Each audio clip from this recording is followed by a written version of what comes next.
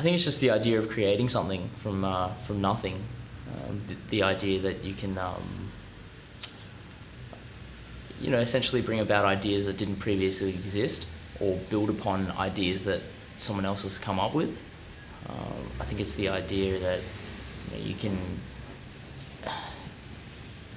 make an improvement on things that are out there, or improve someone's life by producing something that doesn't exist.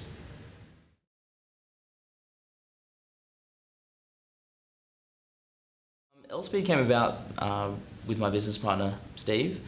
So we started a company called Helliver, where we essentially design products for a living. And just so happens, I guess, one of the products that we wanted to design was essentially an idea of lifestyle and culture, and all sort of wrapped around sort of custom motorbikes. It's very much a large movement that happens over in the States and in Japan, and of recent years come to Australia. So yeah, Steve and I sort of wanted to put a design touch on custom motorbikes, and then also extend that out to different accessories and apparel, and really encompass that whole lifestyle sort of image.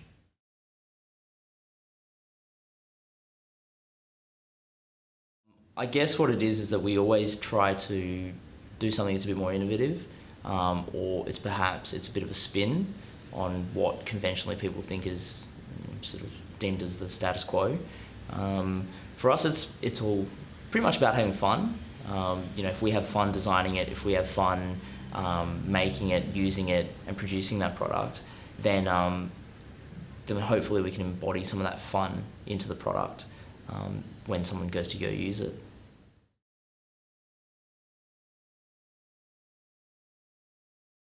The bike in Hightide, it was inspired by, I guess, a number of different factors. There's the bike itself is a 1971 CV350 Honda. That bike was actually the highest selling bike pretty much of all time, all throughout sort of the States and in the UK and all that sort of stuff, as well as in Australia. So it was a very common bike. I guess it was kind of like a Commodore of its time. We wanted to take something like that, but then give it certain elements that were a little bit futuristic, but then also give it certain elements where it actually went beyond 1971, and had influences from the 20s and the 30s, for example. So it's kind of, for us, it's a bit of a summary of custom motorcycle culture.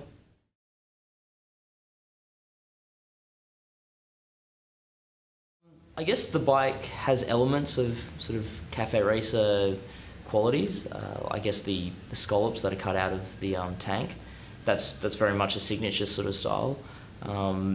Although I guess for the bike that's in Hightide, it's interesting because when we go enter it into bike shows, there's no category for us to tick, basically because it's such a mishmash of different types of, I guess, what people would pigeonhole as certain types of categories. We've just sort of taken elements from either or and put it all together and essentially created its own sort of little category for itself.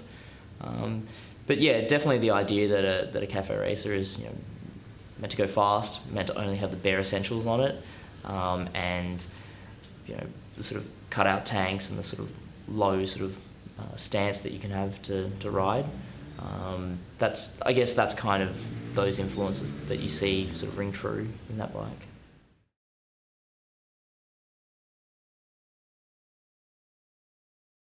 I think Queensland's style of design it reflects, I guess, the outdoor nature that we have.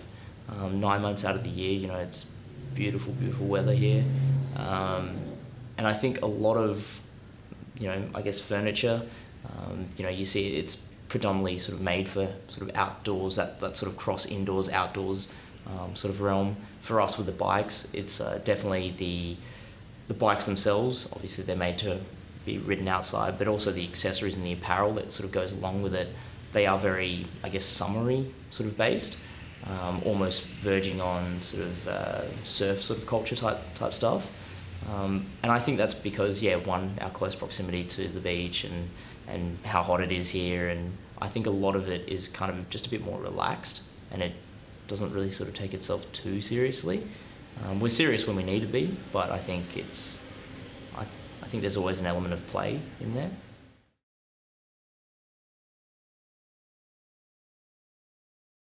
I think further strengthening relationships with our Asian sort of neighbours.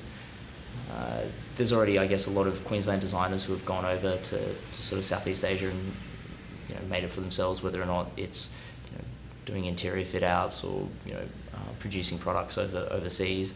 I really think sort of strengthening that bond with them and tapping into that sort of market, because certainly, I guess, with Queensland design, we've already been recognised, I guess, in sort of in the US as well as in the UK.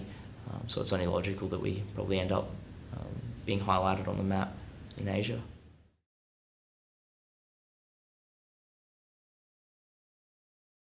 I guess I think it's well received overseas.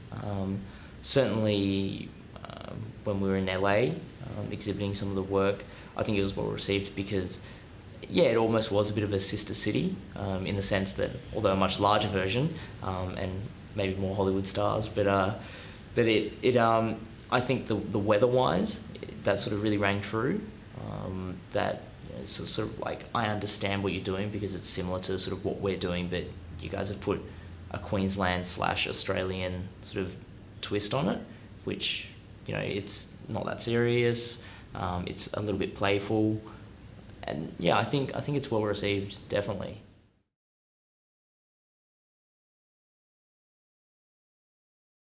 So the process generally, it's a collaborative effort between us and a client.